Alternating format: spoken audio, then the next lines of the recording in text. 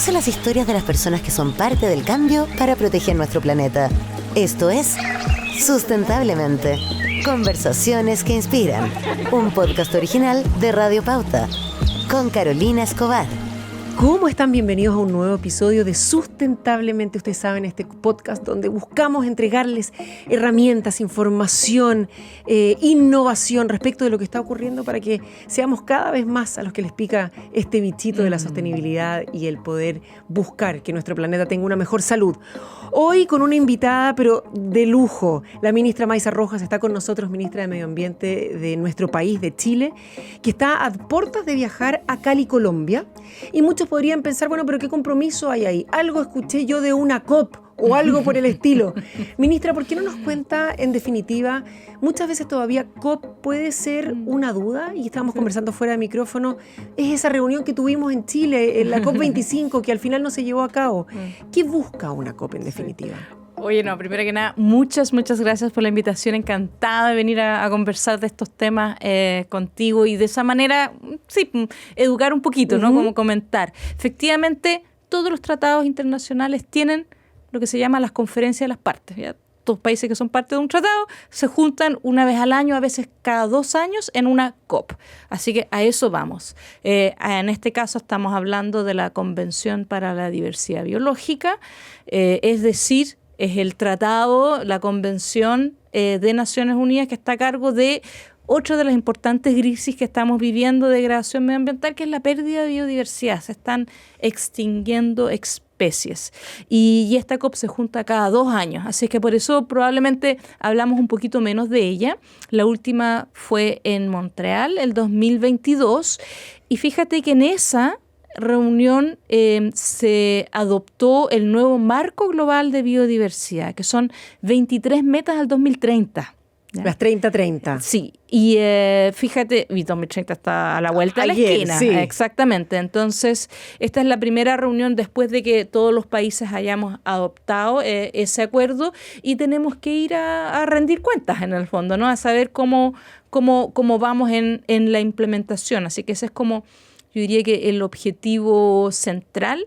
Las conferencias, las partes siempre tienen como 2 grandes espacios. Uno es la negociación, en que los países tienen que ir a ajustar ciertos temas que no se resolvieron completamente, pero también son un enorme espacio para mostrar la voluntad política que tienen los países para ir avanzando más allá del sistema de Naciones Unidas. Así que en estas 2 cosas vamos a estar aportando. Ministra, y ahí es un poco, a ver si lo simplificamos y lo llevamos bien a lo básico, a lo que uno podría pensar, bueno, a ver si mi vecino lo está haciendo, yo me tengo que poner las pilas y subir mis rendimientos o aportar más o comprometerme de mayor manera. Es eso lo que hablamos cuando pensamos en los 30-30, que son estas protección de las superficies terrestres, del 30% de ellas, así como el 30% del océano, para el 2030. Exactamente, sí. Mira, pensemos que la naturaleza está en una situación complicada porque hay 5 grandes amenazas. Por un lado, cambio climático es una amenaza. El uso no sustentable de nuestra naturaleza es una amenaza. Las especies exóticas invasoras son amenazas para nuestra biodiversidad. La contaminación es otra amenaza y también están desapareciendo los hábitats, ¿ya? Estamos dejando sin casa en los el ecosistemas, fondo, claro. Y por lo tanto, a esas 5 amenazas hay 23 objetivos. Y el 30 por 30 que tú mencionas, que es como la más emblemática, justamente se hace cargo de la parte de que están perdiendo su hábitat, están perdiendo su casa. Y pensamos, el acuerdo científico es que si resguardamos un 30%, con eso deberíamos permitir de que todas las especies tengan una casa, para hablarlo así como bien en simple, y de esa manera no extinguirla y hacernos cargo entonces de esa amenaza. Cuando pensamos en contaminación, muchas veces son los gases de efecto invernadero, pero el Foro Económico Mundial estimó que al menos la mitad del PIB del mundo global, digamos, depende de la naturaleza. O sea, estamos hablando de algo que en realidad podríamos no verlo. ¿Por qué nos hemos demorado tanto en darnos cuenta? Sí, efectivamente por muchos años, por no decir miles de años, hemos todas nuestras actividades dependen de la naturaleza, dependemos de ella. Y lo hemos tomado un poco como por natural y no lo hemos contabilizado de alguna manera. Hay un ejemplo que es como el más clásico y probablemente el que uno puede entender muy fácilmente. Las abejas son polinizadores, ¿ya? ¿Y qué hacen las abejas? Los polinizadores polinizan los árboles y de esa manera tenemos manzanas, tenemos peras, tenemos así de concreto. Eso es un servicio que la naturaleza nos está dando que no pagamos por ello. Uh-huh. Si no existieran las abejas, imagínate, tendrías que ir a hacerlo tú manualmente. Sacar un polen de un lado y con, no sé, con una brochita así, pasarlo para el otro, todos los árboles para que existan. Lo que algunas veces los huerteros hacemos con el zapallo cuando no nos están polinizando las flores de unas a otras. Total, súper claro. Súper claro. Y ese es un ejemplo. Y ahí hay muchísimos más ejemplos. Y entonces no lo tenemos contabilizado. Hemos tenido, yo diría que probablemente poca conciencia y hay muchas cosas que todavía no entendemos. Por ejemplo, hay una cosa que me encanta mencionar que vamos a ir a hacer a la COP. Junto con Reino Unido estamos haciendo este llamado para reconocer a los hongos, o más formalmente al reino fungi, como un reino independiente. Cuando hablamos de naturaleza en general pensamos en plantas y animales, pero la verdad las cosas es que existe más reinos, que es como la clasificación que hacen los ecólogos, los botánicos de la naturaleza, y los hongos son un reino que hace poquito recién que estamos entendiendo lo importante que es, y es muy importante que lo distingamos del animal. No son ni plantas ni son animales, es un reino independiente y está en el corazón del entramado de la vida. Entonces, este es un llamado muy bonito y que, fíjate, se da porque Chile tiene está incluido en sus leyes que nosotros sí protegemos los hongos. De hecho, una gran representante, Juliana Furzi, también está muy presente ahí, reconocida hace poco, además con unos reportajes de la National Geographic, o sea que de verdad la injerencia que tiene Chile, que muchas veces podemos pensar, bueno, Colombia, uno de los países que mayor biodiversidad tiene en el mundo, ¿dónde estamos parados nosotros y cuál es la influencia que ejercemos? Sí, fíjate que yo lo pondría por dos lados. Uno, bueno, el ejemplo de los hongos es bien especial porque no hay muchos países que tengan el reconocimiento de este reino en sus leyes, ¿ya? Y con la ley que crea el Servicio de Biodiversidad y Áreas Protegidas se le da como además una protección como bien sistemática, tiene como varios instrumentos. Yo diría de que, bueno, el hecho de que nos hayamos demorado 13 años pero que por fin lo logramos y que a partir de ahora tengamos este servicio de biodiversidad y áreas protegidas como una condición habilitante para seguir avanzando en la protección de la naturaleza y hacernos cargo de estas 23 metas, ¿ya? O sea, sin eso, porque antes en el fondo teníamos como 5 ministerios a cargo de la naturaleza.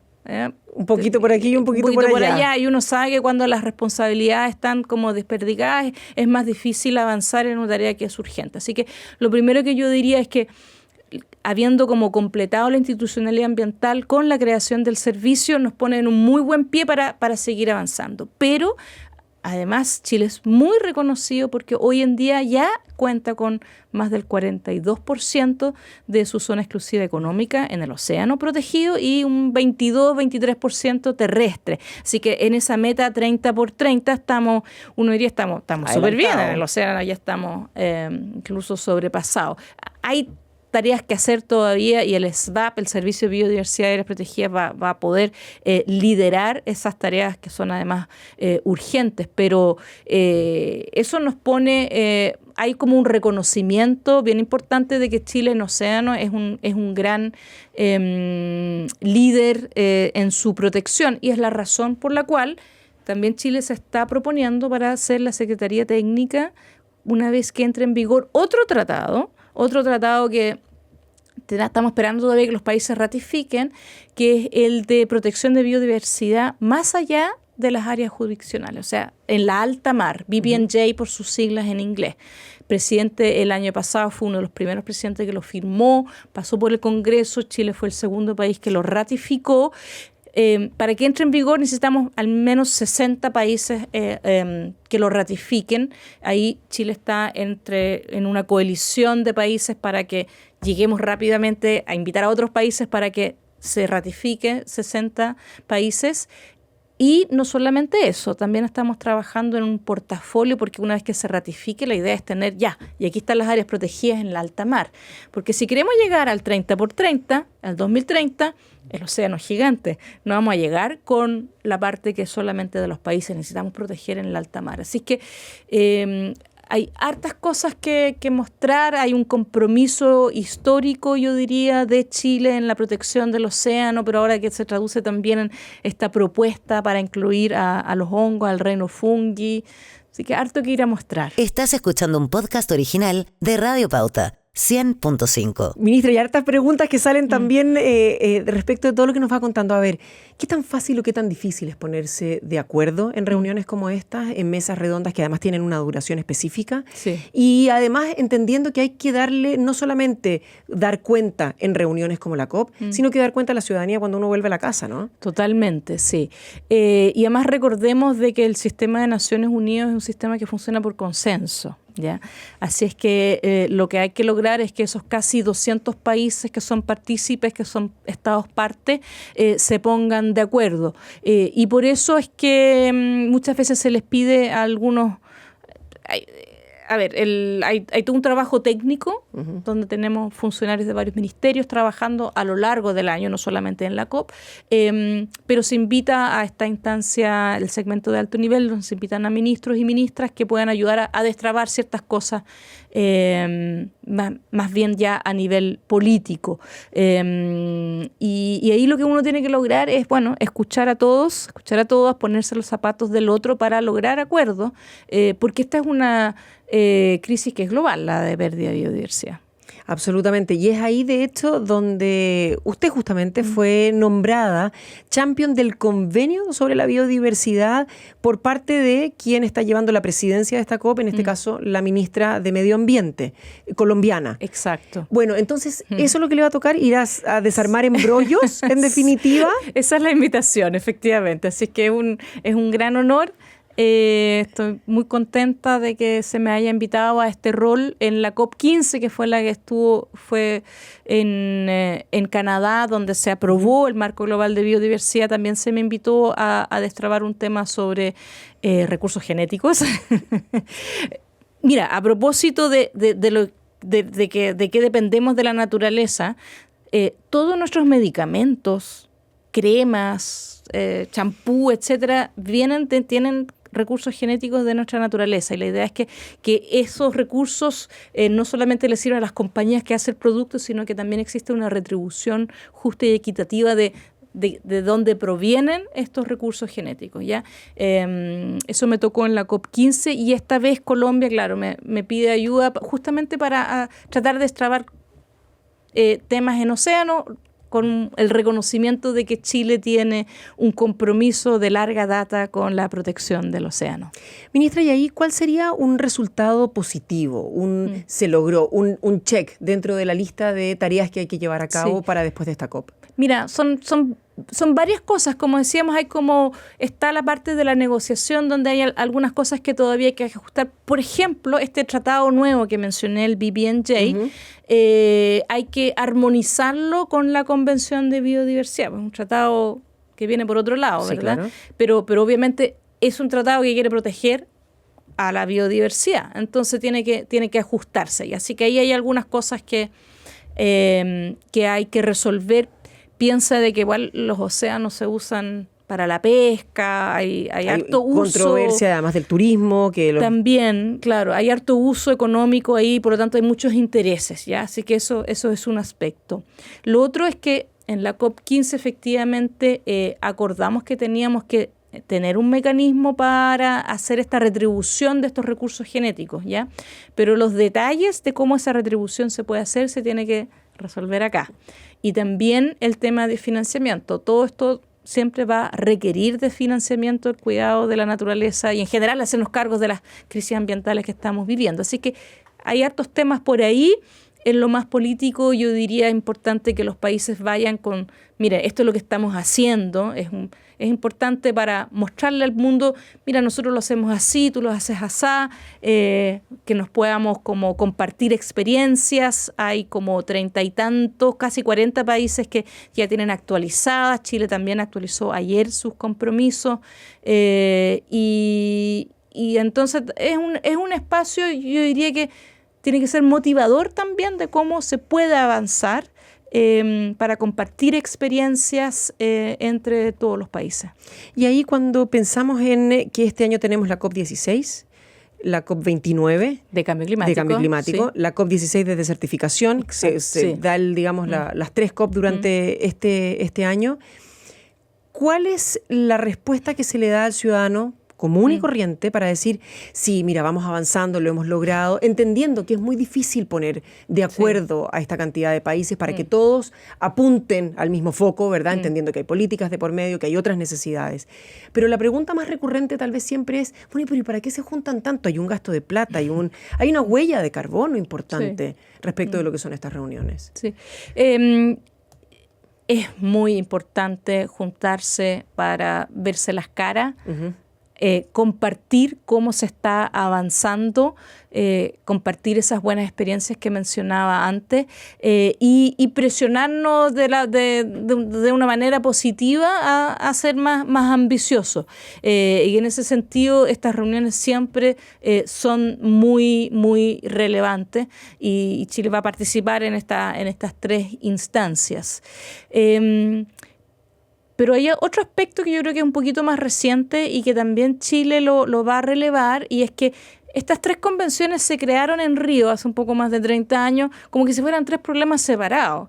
Y yo creo que es cada vez más claro de que son distintas caras, pero de la misma moneda, sobre todo cambio climático y pérdida de biodiversidad, y por lo tanto hay que integrarlo, porque además los recursos humanos, económicos, de tiempo, las agendas son limitadas. Entonces en política pública hay que priorizar y para ello hay que trabajar estas cosas en conjunto y no de manera separada. Así que ese también es un desafío importante. En el caso de Chile, estos 3 temas están muy entrelazados. Probablemente lo que tenemos más como duro y vinculante es nuestra ley marco de cambio climático, obviamente, ¿verdad? Desde el año 2022, donde tenemos objetivos climáticos, pero también tenemos objetivos de biodiversidad y de contaminación.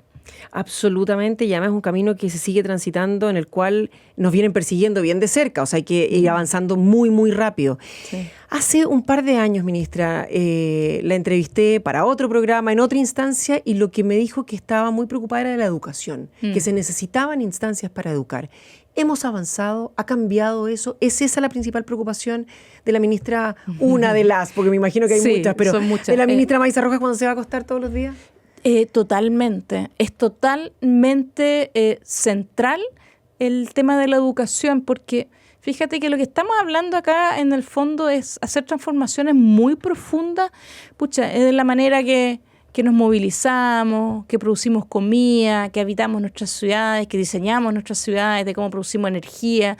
Son muchas transformaciones y que tienen que ocurrir de manera muy rápido. Y para eso necesitamos que la población, que todos entendamos cuál es el problema, por qué hay que hacerlo y que estemos disponibles para estos cambios. Y eso requiere de educación, desde los más pequeños hasta los más grandes. Entonces, por eso que un programa como este es tan importante y relevante, así que quisiera agradecerte tu rol y por eso mismo también un premio, ¿verdad?, este año, porque nos sentimos que es una gran colaboradora para el Ministerio de Medio Ambiente, que tiene esta tarea de educar en lo ambiental. Ministra, y ahí muchas gracias por todos esos reconocimientos, pero aquí estamos reconociéndola a usted en todo caso, pero preguntarle, ¿hay formas de poder instaurarlo, por decirlo de alguna manera, en los currículums, en los colegios? Hay muchos que hoy día se van subiendo a este carro, así como el empresariado busca estar asociado a la sostenibilidad, creo que también las instancias educacionales también, carreras universitarias, sin ir más lejos. Sí. Pero ¿hay forma de instaurarlo ya o necesitamos leyes, como siempre? Es una buena pregunta. Yo diría que tenemos, cuando uno lo mira, hay hartas instancias que ya existen. Uh-huh. El currículum educacional de Chile tiene el tema de la sostenibilidad como de manera transversal y han habido cambios. Yo lo he visto en mis hijos que están teniendo esta educación más integral en algunos ramos, ¿cómo se llama? Como ciencia para la ciudadanía, por ejemplo. Ahí ven temas de cambio climático, de pérdida de biodiversidad. Las universidades tienen programas especiales para introducir la sustentabilidad dentro de su quehacer, y ese quehacer es desde la gestión de los residuos, de la energía, del agua, los currículum y también la investigación. Entonces ahí eso es bien amplio. Existe este Campus Chile Campus Sustentable, se llama el programa. Dentro de la Ley Marco de Cambio Climático, de hecho, se incluye al Ministerio de Educación dentro del Consejo de Ministros para la Sustentabilidad y el Cambio Climático, para que de esa manera pueda ayudar a incorporar este aspecto en todas las estrategias y políticas que se deben realizar a través de la Ley Marco. Así que yo diría que hay hartas cosas en las cuales estamos avanzando. El propio ministerio tiene un programa para establecimientos educacionales de certificación medioambiental. Tenemos el Fondo de Protección Ambiental que permite financiar proyectos. Muchos de ellos son en educación, en reciclaje, etcétera. Así es que hay hartas cosas que ocurren y que están ocurriendo y que nos ayudan a compartir con la ciudadanía la urgencia de entender bien la urgencia de abordar estas crisis de manera eficiente, eficaz. Ir creciendo de la mano también. Ministra, el Ministerio cumplió años hace poquito, estuvieron de celebración, y ahí también usted destacaba justamente lo que hablamos ante el Servicio de Biodiversidad y Áreas Protegidas. ¿Era eso lo que faltaba en un ministerio concebido hace poquito menos de 15 años? Sí. Pero también me imagino que va cambiando a lo largo de los años esa concepción inicial a lo que se necesita y se requiere hoy. Sí, no, totalmente, claro. Cuando se decide crear un Ministerio de Medio Ambiente era una mesa con 4 patas. Era el Ministerio, el Servicio de Evaluación Ambiental, la Superintendencia y el Servicio de Biodiversidad y Áreas Protegidas. Pero en su momento el proyecto se separó en el Congreso, avanzaron los primeros 3 y tenemos Ministerio, tenemos SEA y tenemos Superintendencia, y el otro quedó ahí, entrampado. Así es que yo confieso que a mí cuando me llamaron para nombrarme ministra del Medio Ambiente, yo dije, a ver, ¿cuáles son las cosas urgentes? Dije, no, esto no podemos pasar otro gobierno más de que esto no salga del Congreso, y estuvimos bien enfocados con hartos recursos, o sea, energía en lograr aprobarlo, porque la crisis medioambiental y de pérdida de biodiversidad está cada vez más evidente, está cada vez más grave, y para eso necesitamos un servicio un servicio público 100% enfocado en el cuidado de nuestra naturaleza. Lo llamamos como que la naturaleza tiene ley. Y efectivamente hace 14 años atrás probablemente no era tan evidente que estábamos en esta situación. Así que ahora yo creo que es una condición habilitante para hacernos cargo de la crisis de biodiversidad. Es un servicio moderno, por ejemplo, tiene alto input como de ciencia, de evidencia, para poder tomar buenas decisiones. No es solamente de nuestras áreas protegidas, que son nuestros parques, las reservas, sino que tiene hartos instrumentos para cuidar la naturaleza fuera de las áreas protegidas también, ¿no? Finalmente, tenemos y hablamos de la COP de clima y después la COP de certificación, que tal vez el nombre no es el más idóneo cuando pensamos que no se trata de un desierto y arena, sino que de la degradación de suelos y de tierras. Nuestro país también tiene una problemática al respecto. ¿Cuál es la participación que se está viendo de aquí a fin de año, pensemos? Sí, bueno, es que ahí piensa que la desertificación, que tú muy bien dices, la degradación de la tierra, va a estar abordado por el SBAP, por el Servicio de Biodiversidad y Áreas Protegidas. Como la sequía es uno de los impactos más importantes que está viviendo el país, no el único, pero uno muy relevante, que profundiza la degradación y la erosión medioambiental. Fíjate que también lo vemos por cambio climático. Y por lo tanto es como muy evidente de que es un tema que hay que trabajar en conjunto. Y por eso la posición que lleva Chile, que lleva el país a esa conferencia de las partes, se está construyendo a partir de lo que ya estamos haciendo en cambio climático y con estos nuevos instrumentos que vamos a tener a partir del SBAP y también con objetivos, este marco global de biodiversidad, tiene, por ejemplo, un objetivo para revertir la degradación de las tierras. Fíjate, ¿viste? Entonces están todos interrelacionados. Es que de frentón, así no nos podemos olvidar que al final del día es un solo planeta y Así todo es. implica lo mismo.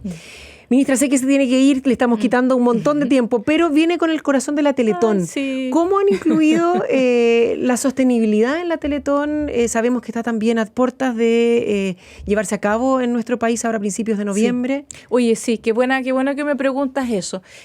Bueno, la Teletón es la gran fiesta donde todo el país se une para ayudar a que niños y niñas con cierta discapacidad se puedan atender en los centros de la Teletón.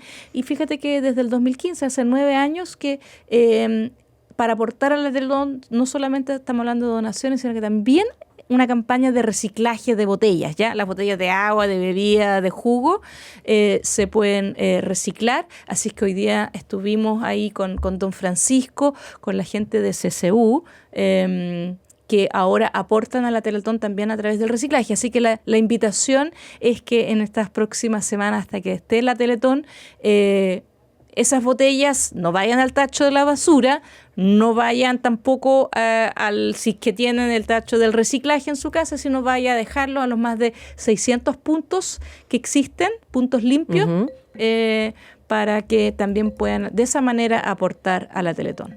Muy bien, entonces, 8 y 9 de noviembre, que se va a estar llevando a cabo en nuestro país, como siempre. Ministra, un agrado, gracias por haberse hecho este espacio para venir a conversar con nosotros a Sustentablemente.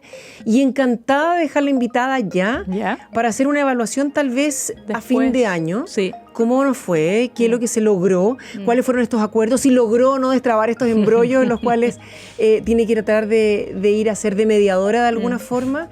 Y también hablar del tratado de plásticos, que tampoco alcanzamos a tocarlo. Es verdad, que también esperamos contar con un nuevo tratado, ¿verdad?, de plástico a fin de año también. Sí, me parece excelente la idea. Listo, hecha la invitación entonces, ministra, 1.000.000 de gracias. Que esté muy bien. Encantada, que tengan un muy buen día. Chao. Chao. Escuchaste conversaciones que inspiran y nos invitan a tomar acción en el cuidado de nuestro planeta. Esto fue Sustentablemente, junto a Carolina Escobar, un podcast original de Radio Pauta.